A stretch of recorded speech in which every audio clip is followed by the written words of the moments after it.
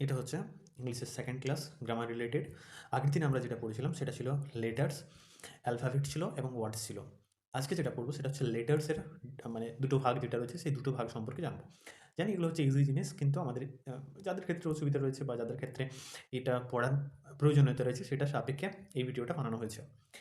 Letters যেটা রয়েছে লেটার্সটা মোট 26টা আমরা আগের দিন পড়লাম লেটার্স, এবং তাদেরকে একত্রে যখন পড়ছি একটা ঝুড়ির মধ্যে যখন সবাইকে রাখছি বা আমি একটা থালির এক্সাম্পল দিয়েছিলাম তখন তাদেরকে আমরা অ্যালফাবেট বলছি। এখন এই যে লেটার্স যেটা আমরা পেয়েছি মোট 26টা যেটা পেয়েছি সেই এই 26টা যেটা রয়েছে সেই 26টা দুটো ভাগে ভাগ করা হচ্ছে। আমি আবার বলছি অনেক ক্ষেত্রে বইতে ৩টে ভাগ, অনেক কিছু, কিছু গ্রামার বইতে ৩টে ভাগও রয়েছে। কিন্তু আমরা মূলত যেটা বেশিরভাগ ক্ষেত্রেই রয়েছে সেই জিনিসটা আমরা জানি। দুটো ভাগে ভাগ করা হচ্ছে। একটা হচ্ছে ভাওয়েল আর একটা হচ্ছে কনসোনেন্ট। অন্য বইতে আরেকটা জিনিস রয়েছে যেটা হচ্ছে সেমি ভাওয়েলের কনসেপ্টটা রয়েছে, যেটা ৩টে ভাগে ভাগ করছে। তো প্রথম ভাগ যেটা রয়েছে সেটা হচ্ছে ভাওয়েল। ভাওয়েল যেটা রয়েছে যেটা হচ্ছে নিজে নিজেই মানে উচ্চারিত হয়। কারো অন্যের সাহায্য বা এই যে এখানে যে কনসোনেন্টগুলো যখন আমরা পড়বো, কনসোনেন্টের হচ্ছে যে যখন এরা উচ্চারিত হচ্ছে তখন ভাওয়েলের সাহায্য নিচ্ছে।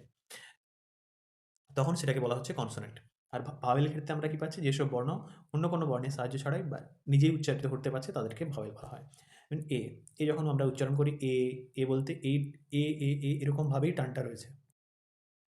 সিমিলারলি আমরা যদি যে কোনো একটা এক্সাম্পল বি নিই, বি যখন বি করে টানবো বা বি এর উচ্চারণে যখন আসবো তখন কিন্তু আমাদের লাস্টে ই এর টানটা রয়ে যাচ্ছে। অর্থাৎ ই বলতে এখানে কার হেল্পটা নিচ্ছি? আমরা ভাওয়েলের হেল্প নিচ্ছি।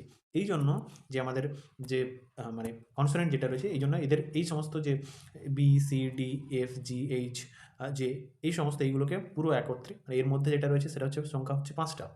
যে সমস্ত বর্ণ অন্য কোনো সাহায্য ছাড়াই তাহলে নিজে উচ্চারিত হলো তাদেরকে বলা হলো ভাওয়েল। এদের সংখ্যা হচ্ছে ৫টা। এদের বর্ণগুলো হচ্ছে এ, ই, আই, ও এবং ইউ। এক্সাম্পল হিসেবে এখানে দেওয়া আছে যে উদাহরণস্বরূপ আমরা যদি অ্যাপল ওয়ার্ডটা দেখি তাহলে সেক্ষেত্রে এ যেটা পাবো এটা হচ্ছে, এবং ইটা হচ্ছে, এরা হচ্ছে ভাওয়েল। আর কনসোনেন্ট যেটা রয়েছে কনসোনেন্টে কি না, যেসব ভাওয়েল স্বরবর্ণ সাহায্য ছাড়াই স্পষ্টরূপে উচ্চারিত হতে পারে না তাদেরকে কনসোনেন্ট বলা হয়। এখানে কনসোনেন্টের তাহলে সংখ্যা কটা? কনসোনেন্টের সংখ্যা হচ্ছে ২১টা। টোটাল নাম্বার অফ কনসোনেন্টস হচ্ছে 21, ২১টা। এবারে এখানে এক্সাম্পলগুলো দেওয়া আছে, মানে যারা হচ্ছে কনসোনেন্ট তাদের নামগুলো লেখা আছে।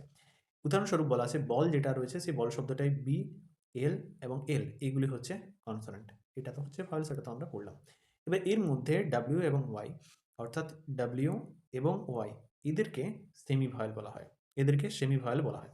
মূলত যখন এরা শব্দের শুরুতে থাকে তখন কনসোনেন্ট হিসাবে কাজ করে। এই যে এটা যখন শুরুতে নিয়েছি ডাব্লিউ, এখানে ওয়াই নিয়েছি, এখানে ডাব্লিউ নিয়েছি, এরা তখন এদেরকে বলা হবে এরা কনসোনেন্টের মতো কাজ করছে। আর যখন এরা মাঝে বা শেষে থাকে তখন ভাওয়েলের মতো উচ্চারিত হয়। এটার পুরো বিস্তৃত ব্যাখ্যাটা রয়েছে পরের পেজটাতেই। চলো আমরা সেই পেজটাতে যাই। দেখো সেমি ভাওয়েল যেটা রয়েছে সেমি ভাওয়েলটা, সেমি ভাওয়েল হচ্ছে কি না, ইংরেজিতে ডাব্লিউ এবং ওয়াই এই দুটি বর্ণ যারা রয়েছে এই দুটি বর্ণকে একত্রে বলা হচ্ছে, মানে একত্রে বলতে দুটোকেই বলা হয় সেমি ভয়েল। এদের সেমি বা অর্ধ ভয়েল বলা হচ্ছে কারণ এরা কখনো কখনো কনসোনেন্টের মতো কাজ করে, আবার কখনো কখনো এরা ভাওয়েলের মতো কাজ করে।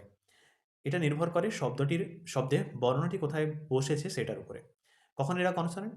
না যখন ডাব্লিউ এবং ওয়াই কোনো শব্দের শুরুতে বসে তখন তারা কনসোনেন্ট হিসেবে কাজ করে। যেমন এখানে ডাব্লিউ, সরু যদি আমরা ওয়াটার দেখি ডাব্লিউ এ টি ই আর, এখানে কোথায় বসেছে ডাব্লিউ? ডাব্লিউ শুরুতে বসেছে, এবং তখন এমত অবস্থায় এরা কনসোনেন্টের মতো কাজ করে। এই ডাব্লিউটা কনসোনেন্টের মতো কাজ করে। আর যখন এখানে এক্সাম্পলগুলো দেওয়া আছে ওয়াটারের ওয়ার্ক, ওয়াচ এগুলো হচ্ছে ডাব্লিউর এক্সাম্পল। আর ইএস, ইয়েলো, ইউ এগুলো প্রথমে বসছে ওয়াই, যখন প্রথম বসছে তখন কনসোনেন্টের মতো কাজ হচ্ছে। আর মানে এদেরকে কখন আমরা ভাওয়েল হিসাবে চিহ্নিত করব? না যখন ডাব্লিউ আর ওয়াই কোনো শব্দের মাঝে বা শেষে বসে, প্রথমে বসে না, প্রথমে না বসে মাঝে বা শেষে বসে, এবং এদের উচ্চারণ ভাওয়েলের মতো হয়। বিশেষত এরা আই, ইউ বা ও এর মতো শব্দ তৈরি করে, তখন সেক্ষেত্রে আমরা এদেরকে ভাওয়েল, মানে এরা ভাওয়েলের মতো কাজ করে। যেমন একটা এক্সাম্পল এখানে দিয়েছি স্কাই, ক্রাই, মাই, এখানে ওয়াই এর উচ্চারণটা অনেকটা আই এর, যেটা রয়েছে আই এর উচ্চারণের মতো আসছে। আবার ডাব্লিউটাও অনেক ক্ষেত্রে ওয়াই মানে ইউ বা ও যেটা রয়েছে ইউ বা ও এর মতো উচ্চারণ করে। কাউ, হাউ, নাও, এখানে ডাব্লিউর উচ্চারণটা অনেকটা ইউ এর মতো করছে। তখন এরা মানে ডাব্লিউ এবং ওয়াই এরা ভাওয়েলের মতো কাজ করছে বা ভাওয়েল হিসেবে আমরা দেখতে পাচ্ছি।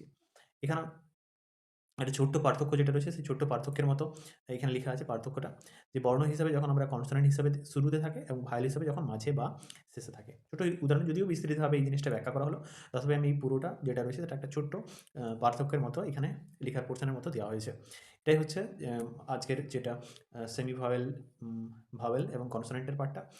নেক্সট ভিডিও যেটা থাকবে সেখানে আমরা সেন্টেন্স যেটা রয়েছে সেন্টেন্স নিয়ে আলোচনা করব এবং আস্তে আস্তে ছোটো ছোটো মাধ্যমে যে সমস্ত আপকামিং যে ভিডিওগুলো আসছে সেখানে ছোটো ছোটো যে কনসেপ্টগুলো প্রয়োজন রয়েছে গ্রামার রিলেটেড, সেগুলো আমরা আলোচনার মাধ্যমে শেষ করার চেষ্টা করব।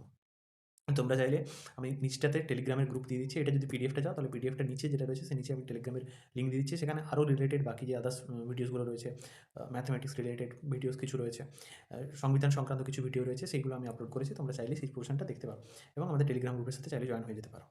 Thank you.